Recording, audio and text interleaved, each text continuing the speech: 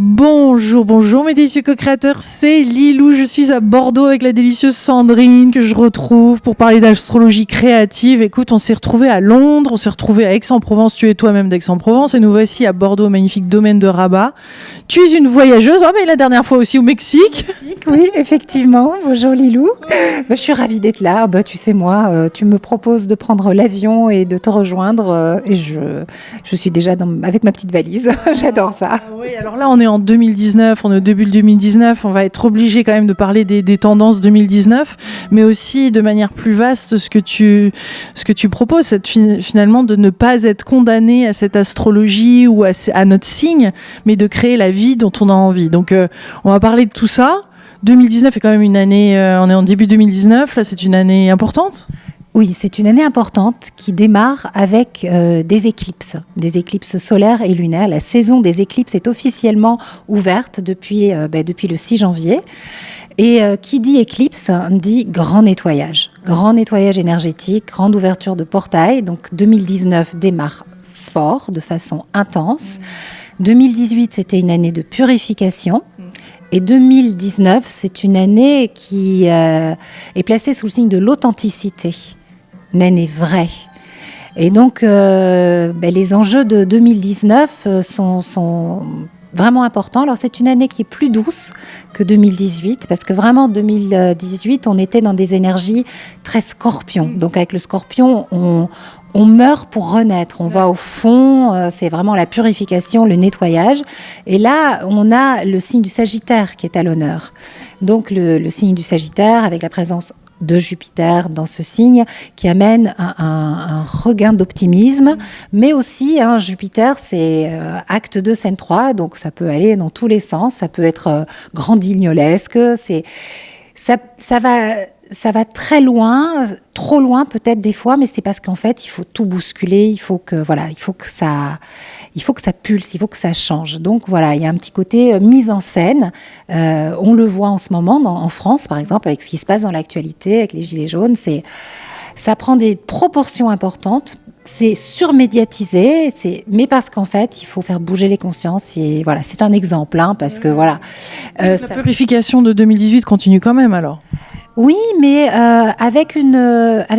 il y a quelque chose, de toute façon, on est vraiment dans cette énergie de purification et on y va, mais il y a quelque chose, un élan. Il y a un élan, c'est une année 3, on n'est plus dans la dualité, on est dans une forme de rondeur. 2019, quand même, nous offre un souffle nouveau. Voilà. Maintenant, c'est vrai que, oui, les planètes et le cœur de l'univers continuent de nous envoyer de sacrées énergies. On a Uranus, qui est la planète du changement, des révolutions, qui quitte définitivement le signe du Bélier elle était dans ce signe pendant 7 ans. Donc, elle a énormément participé à l'éveil des consciences. Le signe du Bélier, c'est le premier signe du zodiaque. Donc, il y a eu vraiment depuis 2012-2013 un changement incroyable. C'était la planète associée, c'est la planète de l'éveil, Uranus. Et donc, il y a eu pas mal de révolutions personnelles.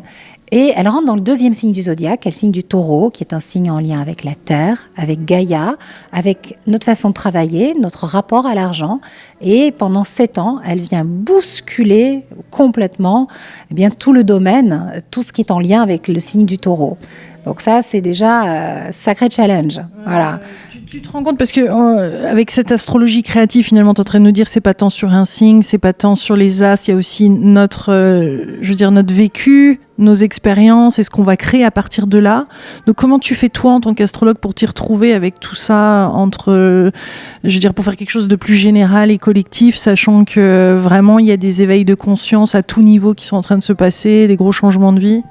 Alors, moi, j'aime bien présenter un bulletin à chaque nouvelle lune et à chaque pleine lune, parce que de toute façon, la conscience collective, depuis la nuit des temps, on se retrouve autour des lunaisons. La nouvelle lune, la pleine lune, c'est des moments forts pour la conscience collective. La lune, d'ailleurs, symbolise la conscience collective. Et donc, c'est bien de faire le point sur ce qui se passe à chaque lunaison, un petit peu comme la météo. Là, c'est la météo énergétique, la météo astrale. Et ce collectif, finalement, nous parle de l'individuel, puisque l'individuel, le collectif, c'est la somme des individus que nous sommes. Et on n'est pas qu'un signe. Voilà. Toi, tu es Lion, avec un ascendant, mais en fait, tu es les 12 signes. Tu portes les 12 signes en toi. Il y a les planètes. Et en fait, en fonction de la date, de l'heure et du lieu de naissance, on va exprimer certains signes plus que d'autres, mais de toute façon, on fait l'expérience des 12 signes. Et on l'a fait tout au long de l'année, l'expérience des 12 signes. En ce moment, c'est la saison du Capricorne, on fait l'expérience du Capricorne, c'est-à-dire l'expérience du premier signe de l'hiver, l'expérience du silence, un peu plus de solitude, de méditation. L'astrologie, en fait, elle nous propose juste de nous aligner d'aller dans le bon sens de la vie, nous aligner avec les saisons, avec les cycles, avec la roue sacrée du zodiaque, en fait. C'est un indicateur. Oui, les planètes ne sont pas là pour nous influencer. Elles n'ont aucune influence, en fait. Patrick Gianni, qui est astrologue que j'adore et avec qui j'avais fait une conférence, il parle de résonance planétaire. Et moi, je trouve que ce terme est d'une grande justesse. Cette résonance, en fait, c'est simplement de se dire, OK, par exemple, cette année, je vais donner un exemple, j'ai un transit de Saturne dissonant. Saturne, en astrologie traditionnelle, c'est les blocages, les échecs. En gros, ça va être une année pourrie. Non, parce que déjà, si on inscrit cette croyance, ça va forcément être une année pourrie. Et où est Saturne dans mon thème ? Qu'est-ce qu'il vient me dire ? Qu'est-ce qu'il vient dire aussi sur le plan collectif ? Puisque je suis reliée à ce grand tout. Aujourd'hui, on ne peut plus être que des individus dans notre coin. Donc, qu'est-ce que ça vient me dire ? Et qu'est-ce que je peux en faire ? Parce qu'en fait, c'est toujours... Une planète, c'est une alliée d'évolution. Et elle vient toujours nous proposer de grandir, voilà. Comme dans la vie, en fonction des événements auxquels on va faire face, c'est notre manière de réagir qui va faire toute la différence. L'important, c'est pas ce qui nous arrive, c'est ce qu'on en fait. Et un transit de Saturne, il nous propose, c'est une invitation. Et si on accueille le message de la planète et qu'on va dans son sens, eh bien, ça se passe très bien. Ça se passe merveilleusement bien même, en fait. Donc, dans tes conseils, c'est d'accueillir, d'être... C'est ce que je propose. C'est ce que je propose dans mon journal, c'est ce que je propose dans mes vidéos de nouvelle lune et de pleine lune. Quel est le message de la planète ? Qu'est-ce qu'elle vient nous dire ? Et voilà comment on peut aller dans son sens. Par exemple, on va aller plus loin dans les énergies de 2019. On a Saturne, en ce moment, dans le signe du Capricorne, qui rejoint petit à petit Pluton. Ça va être un aspect majeur, ça sera en 2020. Donc 2019 nous prépare à cet aspect de 2020 qui annonce une crise vraiment importante.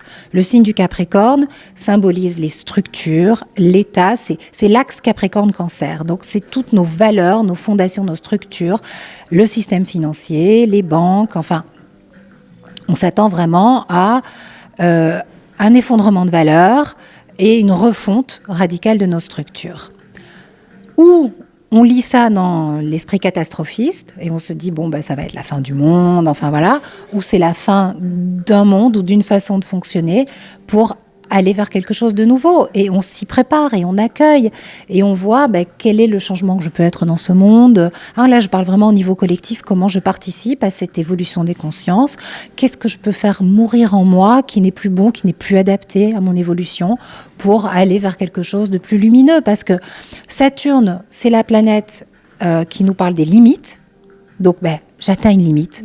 Je ne peux plus continuer comme ça. Je ne peux pas aller plus loin. Et Pluton nous transforme, nous transmute et nous propose de transformer le plomb en or. Donc transformation profonde. Oui, et puis là, transformer le plomb en or, c'est magnifique. Enfin, je veux dire, c'est un merveilleux programme. Alors bien sûr, il faut lâcher des résistances. Donc en ce moment, les éclipses là de ce début d'année, elles appuient là où il y a des grosses résistances, là où on s'accroche. Parce qu'on a besoin de prouver que on a souffert dans notre enfance, on a besoin, là où on veut pas lâcher, ou parce que finalement, ce mode de fonctionnement qui ça a été une formidable béquille. Et donc, on n'a pas envie de lâcher quelque chose qui était un petit peu comme un meilleur ami, quoi, en fait. Et pourtant, la vie nous demande de purifier et de nous alléger, en fait. Voilà. Il y a des mois qui sont un petit peu plus costauds que d'autres, où justement il y a plus de possibilités de transformation. Le printemps va être assez intense. Et puis l'été, en fait, janvier et puis juillet, puisqu'on va revivre en fait ces éclipses. Donc ça va vraiment être des temps forts. Et au printemps, on va avoir Mars qui met le feu aux poudres, qui va bien mettre le feu aux poudres dans un climat un peu insurrectionnel, révolutionnaire. Maintenant, ça, c'est au niveau météo global.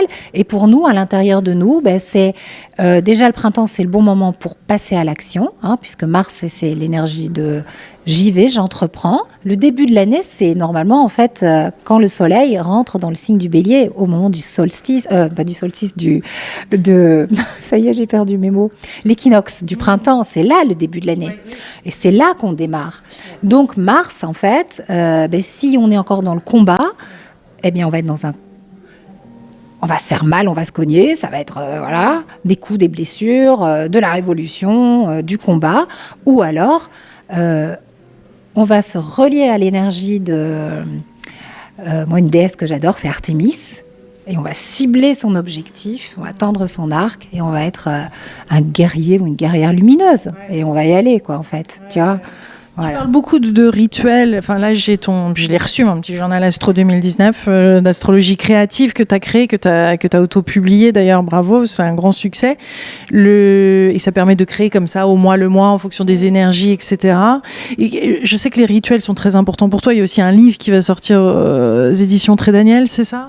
Oui, il y a un livre qui va sortir. Vers le féminin, vers le rituel. Enfin, j'ai envie de parler avec toi de tout ça, tout cet aspect-là qui fait vraiment partie de toi et qui est en train d'émerger. Voilà, et ces rituels pleine lune, etc. Donc, est-ce que tu peux nous parler de ce livre-là qui va bientôt arriver, quand, et des rituels qu'on peut faire en ce moment et aux pleines lunes et tout ça. Ça fait beaucoup de questions, on va le décortiquer. Alors, mais le livre, je suis en train de corriger, donc il va sortir, mais je peux pas trop divulguer. Mais c'est quand normalement au printemps, j'espère. Pile quand ça. Donc ça c'est l'objectif. Après, je voulais vraiment prendre le temps et j'ai la chance de travailler avec une éditrice formidable, Cathy Maillard, qui m'a dit dès le début, on va travailler avec l'énergie du féminin, on va avancer avec cette énergie-là. Et c'est une très belle collection qu'elle a reçue en canalisation et je peux dire que j'ai vraiment ressenti à quel point, waouh, parce que ça m'a fait travailler et je suis allée plus loin que je pensais, je suis allée au-delà de mes limites. C'était pendant une belle année saturnienne justement et je suis très heureuse. En fait, c'est le fruit d'un travail que j'ai posé avec Valérie au départ, en fait. Valérie Tartera, voilà. Où on a eu envie de proposer aux hommes et aux femmes de se relier à l'énergie de chaque lunaison, de l'entrée du soleil dans un signe, pour voir ce que le signe vient nous proposer. Voilà, le bélier nous propose de démarrer un nouveau cycle, une nouvelle aventure, et nous fait travailler en tant qu'homme ou en tant que femme sur nos énergies masculines, féminines, sur l'Amazone, en nous, la guerrière. Et donc, en fait... comment on peut apaiser éventuellement cette guerrière, quelle déesse contacter, et puis quels rituels et quels exercices faire. Et donc, tout ce que je propose dans le journal d'astrologie créative, dans ce livre qui va apparaître. Défi des 100 jours, tu es présente. Défi des 100 jours pour trouver sa mission de vie, tu es là, tu es présente. Je te remercie parce que en plus je me suis éclatée à écrire un petit texte. Moi, je suis partie. Tu appuies sur un bouton. C'est rapide. Ah mais t'as vu, c'est dingue. Hein. Mais j'adore, c'est génial parce qu'en fait à chaque fois il se passe des trucs de dingue quand je te vois. C'est ce que je te dis. Hein. Et puis derrière, ma créativité est boostée. Je l'écris en une après-midi. Ça m'est venu comme une évidence. Et donc voilà, et l'idée, mais moi j'aime bien proposer... Une grande année pour Sandrine. Oui, écoute, oui. Mais chaque année, c'est des grandes années. Chaque année, oui. Mais c'est vrai que c'est une grande année, j'avoue. J'ai l'impression que ça se concrétise, on doit quand même le voir dans les planètes, ça, que ça se concrétise pour beaucoup. Je veux dire, tout ce travail que tu as fait en amont depuis des années, des dizaines d'années, je veux dire, tu as créé les horoscopes de grands magazines, etc. Tu as pris ton indépendance, tu as osé mettre des choses en place, tu as purifié ton couple, avancé, créé plein de belles choses au sein de ta famille et à l'étranger, etc. C'est quand même énorme, mais il y a quand même un aboutissement que moi aussi je ressens dans le travail de dizaines de 10 ans quand même de travail laborieux, enfin en tout cas de travail intense qui était dur, où on a planté des graines et là elles semblent quand même germer. Il y a des belles choses qui sont en train de se passer en 2019 pour ceux qui ont fait le travail quand même avant. On nous fait passer une étape, on nous fait monter un palier en fait. Moi je le ressens vraiment, les énergies sont vraiment très lumineuses, on est de plus en plus connecté à Neptune, qui en fait, Neptune nous relie à la magie de la vie, à l'invisible, et nous fait passer des portails importants. C'est vraiment la descente des énergies divines sur Terre, et en fait, moi, ce que je ressens, c'est que tout ce travail, il fait des tas de petites graines, il crée des nouveaux porte-paroles, et derrière, c'est magnifique en fait. C'est un rayon de soleil, c'est quelque chose de très beau à vivre. Avec une fluidité. Beaucoup de fluidité. Ouais, de toute façon, à partir du moment où on s'harmonise sur l'univers, où on n'essaye pas de donner des ordres à la vie, où on lâche prise et où on demande ce qu'il y a de plus juste, même si c'est contraire à nos attentes. Ça, c'est ce qui est le plus important. Ça se passe bien quand même. Donc l'occasion, quand il y a la pleine lune, des éclipses ou autres, c'est l'occasion de poser des intentions, de recréer, de faire un bilan, de réouvrir une nouvelle porte, de quoi ? Alors, parce que j'ai progressé par rapport à ça. Au départ, il y a une mode, tout le monde pose ses intentions à la nouvelle lune. Eh bien non. Grâce à Lune Soleil qui me suit, elle a attiré mon attention sur ça en disant dans la Wicca. Alors au départ j'étais un peu bloquée parce que je dis sortilège. Mais j'ai ouvert, j'ai écouté, je me suis branchée sur finalement ce cycle lunaire et j'ai relu Dane Rudar et je me suis dit mais oui, mais bien sûr que c'est évident. Au moment du premier croissant de lune, on émet ses intentions. On se relie à l'Artémis qui est en nous, au guerrier lumineux, à la guerrière lumineuse, et c'est là qu'on écrit ses objectifs. Pendant la phase de la nouvelle lune, la lune est noire. La lune, redis-nous les différentes phases, c'est-à-dire qu'elle devient de plus en plus pleine et ensuite elle devient de moins en moins pleine. Le cycle commence avec la nouvelle lune. Voilà.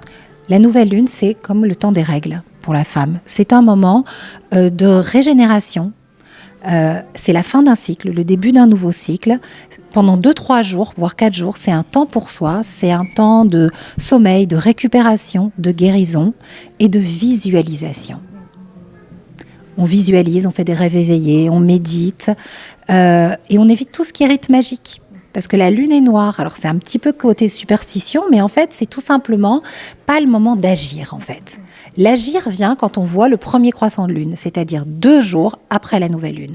Là, top départ, on se met en mouvement, lentement mais sûrement. À une heure précise ou c'est juste ça dure 24 heures, 48 heures 2 jours après, parce que sinon on devient complètement stressé. Alors il y a moi je propose le moonboard avec les dates exactes, mais franchement ça va quoi. On va pas non plus se mettre en stress, parce que sinon c'est contre-productif. Ouais. Mais on n'est pas connecté à sa spontanéité, à son intuition. Il faut aussi, 2 jours après, on y va et on écrit ses intentions. Et puis là, c'est vraiment le moment de l'élan où on contacte les déesses vierges, l'Artémis, la Diane, Athéna, on se structure.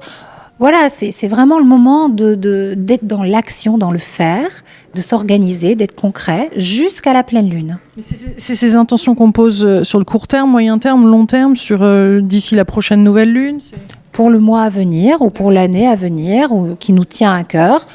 Et idéalement, c'est vraiment de le faire pour la période. Voilà, après, on peut revenir sur une intention qui est importante. Mais bon, c'est un petit peu comme, quand on fait une demande, entre guillemets, à l'univers, si on n'a pas été livré, c'est pas la peine de faire des réclamations, quoi. Enfin, je veux dire, l'idée, c'est de toujours aller ajuster, quoi, en fait. Et puis, l'idée, c'est d'émettre une intention. Et puis, au moment de la pleine lune, la lune est pleine et ronde. Et là, c'est un beau moment pour renouveler ses intentions dans une énergie beaucoup plus sereine, plus de lâcher prise. Parce qu'en fait, on est beaucoup dans l'action, dans l'ego, et ça fait encore partie de nous. Et quelque part, au moment de la pleine lune, se dire, qu'est-ce que je peux lâcher là où j'ai encore une fois voulu passer en force, et envoyer ses prières. Voilà, parce que la pleine lune a un pouvoir d'attractivité très fort. Et donc à ce moment-là, on fait ses prières, on fait ses petits vœux, et puis on lâche prise. Tout ce qui est rituel d'attraction, je veux attirer à moi, c'est du premier croissant jusqu'à la pleine lune. Tout ce qui est rituel de j'en veux plus, c'est plus nécessaire, c'est après la pleine lune jusqu'à la nouvelle lune. J'ai plus besoin. En fait, c'est naturel. C'est croissant, décroissant. Voilà le petit mode d'emploi. Après, il y a 12 phases. Chaque phase a une énergie. Bon, mais ça, c'est... voilà. Ou alors, on a 1 heure, si tu veux. Non, mais ça, c'est quand on rentre un petit peu plus. Et en effet, c'est ça qui est bien aussi sur ce petit livre, enfin, ton journal, c'est que tu découpes ça. Parce que sinon, c'est vrai que c'est un petit peu daunting. C'est le mot en anglais, mais ça fait beaucoup d'un seul coup. Ouais. Oui, alors dans le journal, c'est pas axé sur la lune. Il y a les rendez-vous de nouvelle lune et de pleine lune. Des espaces pour émettre ses intentions, des petits rituels qui sont proposés, des rituels bien-être. Mais il y a surtout les rendez-vous avec les aspects importants. Voilà. Là, en ce moment, on a une conjonction Soleil-Pluton. Donc, ça y est, on peut vraiment aller voir le petit truc. C'est un moment de lucidité. Donc, de façon globale, bon, tiens, ok, il se passe ça. Et j'ai un petit espace en dessous pour noter comment moi, je vais m'aligner à cette énergie. C'est suffisant. De mettre de la conscience, de la présence dans tout ça, en fait. C'est essentiel, sinon on est en train de subir notre vie. C'est ça, c'est le simple fait de dire, tiens, tu sais, des fois on se dit, mais qu'est-ce qui se passe? Qu'est-ce qu'elles font les planètes? Hop, on regarde, tiens, ok, il se passe ça. Ah, bon, moi je vais m'aligner à cette énergie comme ça. Voilà, et c'est là où vous créez ou co-créez, comme tu dis, vous co-créez avec les planètes, vous écrivez ce que vous voulez en faire. Et ça, ça change tout, en fait. On n'est plus dans la peur, on ne subit plus, on est acteur. C'est fluide, c'est amusant, c'est ludique. Donc c'est une bonne année pour trouver sa mission de vie. C'est une excellente année pour trouver sa mission de vie, parce que justement, année vraie, année authentique. Donc on ne peut plus tricher. Les masques tombent. Là, on est vraiment... Il y a quelque chose... oui, ça continue, cette énergie de purification, mais comme il y a l'élan, oui, c'est une très, très bonne... On se réinvente. Ah oui, on se réinvente. Et d'autant plus que Uranus, le révolutionnaire, rentre dans le signe du Taureau, et le signe du Taureau est en lien avec notre façon de travailler. Donc, il va révolutionner encore plus tous les secteurs de l'activité. Donc, dans Mission de vie, bien sûr, il y a la réalisation globale, mais il y a beaucoup comment j'agis, comment je travaille, comment je gagne ma vie. Et donc, là, pour le coup, c'est vrai que tu lances ton défi avec la bonne énergie. Quand on est aligné, quand on aime ce qu'on fait, les choses se posent aussi au-delà des astres, au-delà de... je veux dire, il y a un certain timing qui vient à nous quand on est... Très souvent, on regarde dans le ciel et ça confirme ce qu'on sait déjà, ce qu'on avait mis en place quand on est aligné. Ouais. Les planètes, et souvent, moi, les retours que j'ai, c'est « Ah, j'ai vu ta vidéo, Sandrine, et c'est super parce que ça me confirme, c'est exactement ce que je suis en train de vivre en ce moment. » Et c'est génial, parce que quand l'astrologie vient en confirmation... Oui, ça valide et on construit quelque chose, même une foi, je suppose, plus grande dans la vie, dans l'univers. Parce que c'est ça, finalement, notre confiance en nous, c'est qu'il y a quelque chose de plus grand qui agit et sur lequel on peut se reposer et avec qui on peut co-créer. On se sent relié, on se sent accompagné, guidé. Bon, moi, après, les planètes, je leur parle, mais c'est... Comme des guides. Ah oui, quand l'année dernière... Dream Team, toi. Oui, Saturne, s'il te plaît, tout doux là. Je dis, allez, Uranus, un petit coup de boost, ça serait chouette. Jupiter, oui. Moi c'est depuis toute petite, de toute façon. Donc, oui, c'est ma Dream Team, j'aime bien, jolie expression. Merci beaucoup, Sandrine, pour cette vidéo et puis plein de belles choses pendant cette année. Oui, plein de belles choses, c'est vraiment ça. Et s'il y a une chose à retenir, c'est année vraie, mais donc c'est merveilleux parce qu'en fait c'est la liberté d'être qui vous est offert en cadeau. Et tout à l'heure tu nous as emmenés dans un lieu magnifique et il y avait écrit libre d'être soi ou quelque chose comme ça. Et c'est ça le cadeau de 2019, la liberté d'être soi. C'est fantastique, c'est un très beau cadeau. Quel beau programme, délicieux co-créateurs, co-créatrices. On vous embrasse très très fort de Bordeaux et on vous souhaite une délicieuse, merveilleuse année 2019 avec plein de belles choses. Avec les gros bisous.